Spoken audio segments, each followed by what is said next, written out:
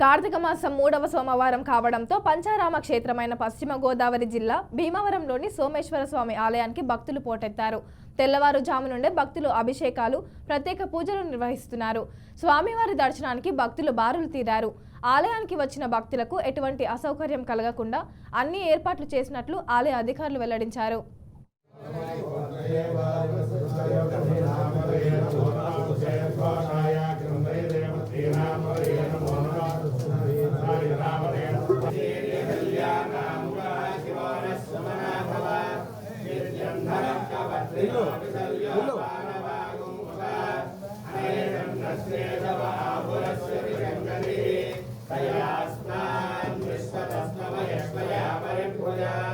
नमस्ते अस्वायुधाय नाथाय दुष्णवे उभाभ्यां पतते नमो बाहुभ्यां तमतन्वने त्र्यम्बकाय त्रिपुरान्तकाय त्रिकाग्निकालाय कालाग्निरुद्राय नीलकण्ठाय मृत्युञ्जयाय